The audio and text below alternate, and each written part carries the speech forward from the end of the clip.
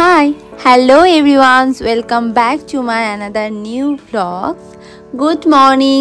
আজকে না সকালবেলা ঘুম থেকে ওঠার পর এরকমভাবে জানলার ধারে দাঁড়িয়ে দাঁড়িয়ে আমি বেশ সুন্দর পাখির আওয়াজ শুনছিলাম। আর আমার সকালটা একটু দেরিতেই হয়েছে, মোটামুটি 9টা।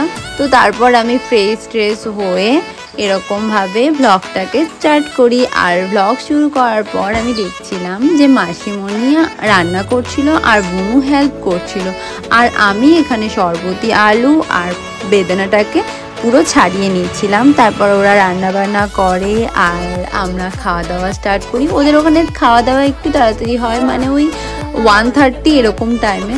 তো আজকে এসেছে জানো, আজকে এসেছে হচ্ছে অঙ্কিত। হ্যাঁ, অঙ্কিত আর মামি আজকে এসেছে বুনুর বাড়িতে। মামি নেক্সট ডে মানে স্যাটারডে এক্সাম ছিল, তো মামি ওখানে গেছিল যাতে বুনুকেও একটু দেখা হয়, বুনুর বাড়িও যাওয়া হয় আর এক্সামও দেওয়া হয়। আর এখানে অনেক কিছু রান্না করেছিল, ভাত, আলু পোস্ত, বেগুন ভাজা, বাঁধাকপির তরকারি, আরও অনেক কিছু ছিল, মাছের ঝোল ছিল। তো আমরা খাওয়া দাওয়া করে নিই আর তারপর আমি চলে গেছিলাম ছাদে অনেকক্ষণ বসার জন্য। গোলাপ গাছটা একটু দেখো, এই যে গোলাপ গাছ, এই গাছটা একটু দাও। তোমার ডান দিকে রাইট সাইড কোনটা? হ্যাঁ, ভাই এখানে এসে ছাদের মধ্যে জল দিচ্ছিল। হ্যাঁ, প্রত্যেকটা গাছে মানে যতগুলো মোটামুটি গাছে ছাদ আছে, অনেক ফুল আছে গাছের মধ্যে, সেই গাছে ভাই জল দিচ্ছিল এক একটা করে। তার কারণ ও সকাল থেকে এসে ফোন দেখেছে, আরও অনেক কিছু করেছে, কিন্তু ওর খেলার সঙ্গী এখানে কেউ নেই, তাই কিছুটা একটা করতে হবে।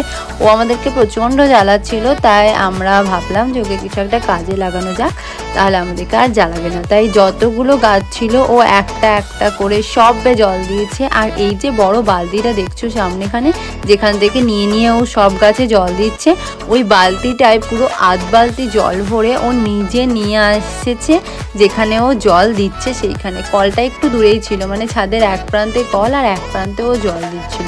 দেখো যাচ্ছে, ওই যে ওইখানে কলটা আছে ট্যাঙ্কির কাছে, ওইখান থেকে পুরো জল নিয়ে এসে দিয়েছে। আর ততক্ষণে আমি ছাদে বসে বসে বুনুকে পড়াচ্ছিলাম মেহেন্দি। আর মেহেন্দিটা কেমন হয়েছে দেখো। আর তারপরে সন্ধ্যা লেগে গেছিলো, আমি গেছিলাম ছাদে। আর ওখানে গিয়ে ভাই আমাকে বললো যে চল, তোকে ডাকছে ছোটো ভাইদি।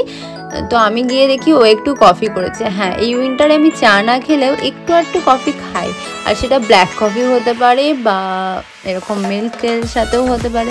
তো আমি এরকমভাবেই ছাদে গেছিলাম আর তারপরে কফিটা ওখানে খাই। নিচে এসে দেখি অঙ্কিত প্রচণ্ড হাসছে আর প্রচণ্ড খেলছে।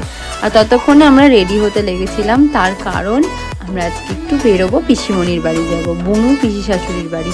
তো ওখানে বুনু আর আমি দুজনেই একই জামা একটা পরেছিলাম, দিয়ে একটা ভিডিও বানিয়েছিলাম। তারপরে ভাইও একই কালারের একটা গেঞ্জি পরেছিল, সেটা নিয়ে ভিডিও বানাই। আর আনফর্চুনেটলি কালারটা একই হয়ে গেছিল। তারপর আমরা নিচে নামি আর ভাইয়ের কাছ থেকে শোনো আমরা কোথায় যাচ্ছি আজকে। চিনিস তো ওকে? মুঙ্গলিকে গিয়ে বলবো, মুঙ্গলি তোর জন্মের বন্ধু এসেছে। ভাই যাওয়ার সময় এমন করে বলছিল মুঙ্গলিদের ঘর যাব, কখন যাব। আসলে পিসিমণির কাছে না একটা পেট আছে যেটার নাম হচ্ছে মুঙ্গলি। তো ওদের বাড়ি যাওয়ার জন্য ভাই প্রচণ্ড এক্সাইটেড ছিল, কিন্তু যাওয়ার পর ওর সমস্ত এক্সাইটমেন্ট কমে গেছিলো, কারণ মুঙ্গলি প্রচণ্ড চিৎকার করছিল। আর ছোট বাচ্চা দেখলে ওখানে নাকি হিংসুটে হয়ে যায়, কারণ পিসিমণিকে প্রচণ্ড ভালোবাসে আর পিসিমণির কাছেই সবসময়ও থাকে।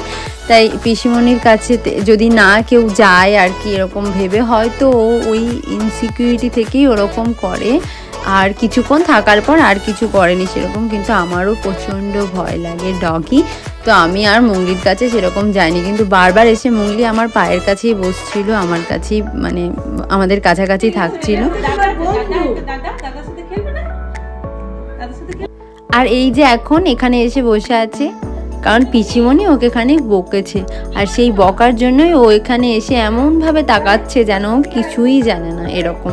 আর তারপরেই পিসিমণি যখন কাছে ডেকে নিল, তখন ও দৌড়ে চলে গেল পিসিমণির কাছে আদর খাওয়ার জন্য। এই যে পিসিমণির কাছে যে বালিশটা দেখছো, ওটার মধ্যেও হিসু করেছিল, তাই পিসিমণি বকছিল, আর তাই এরকমভাবে আদর খাওয়ার জন্য পিসিমণির কাছে চলে গেল।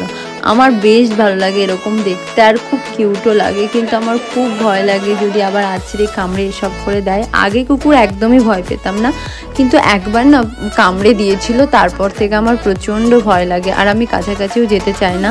কিন্তু যাই হোক, কোথাও যদি থাকে তখন তো যেতেই হয় সেখানে। আর নিচে আসার পর আমরা যখন বাড়ি ফিরছিলাম তখন দেখলাম একটা রুমে পিসিমণিদের এরকমভাবে সমস্ত কিছু সাজানো আছে। হ্যাঁ, এটা কেন সেটা অবশ্যই দেখতে পাবে, আর এগুলো দিয়ে কি হবে সেগুলো পরে বলবো। তার আগে বলি, এই আঁকাগুলো দেখো কি সুন্দর, একদম পুরো পারফেক্ট সমস্ত কিছু। হ্যাঁ, এগুলো মামন দিদি করেছে, পিসিমণির বড় মেয়ে। পিসিমণির ছোট মেয়ের বিয়ে আছে, ওই যে পিসিমণি, তাই মামন দিদি এগুলো সব করেছে, এগুলো দিয়ে ডেকোরেট করবে। আর আমরা যাওয়ার সময় এরকমভাবে বেরোচ্ছিলাম, তারপরে ওখানে একটা কালো রঙের একটা কুকুর আসে, ওখানে ঘেউ ঘেউ করে, আর আমার কুকুর দেখলেই এমনি একটু বেশি বেশি ভয় লাগে। আর মুঙ্গলিকে ওখানে বাই করছিলাম, আমার মুঙ্গলিকে দূর থেকে দেখতেই বেশি ভালো লাগে, আর মুঙ্গলি ওই কালো রঙের কুকুরটা দেখে বেশ চিৎকার করছিল। তারপরে আমরা বাড়ি চলে আসি, আর বাড়ি এসে এই লাল্লুগুলোকে নিয়ে খালি খেলা করি। ওরা তো এখন কামড়াতে পারে না, তাই আমার বেশ ভালো লাগে এখন খেলতে ওদের সাথে।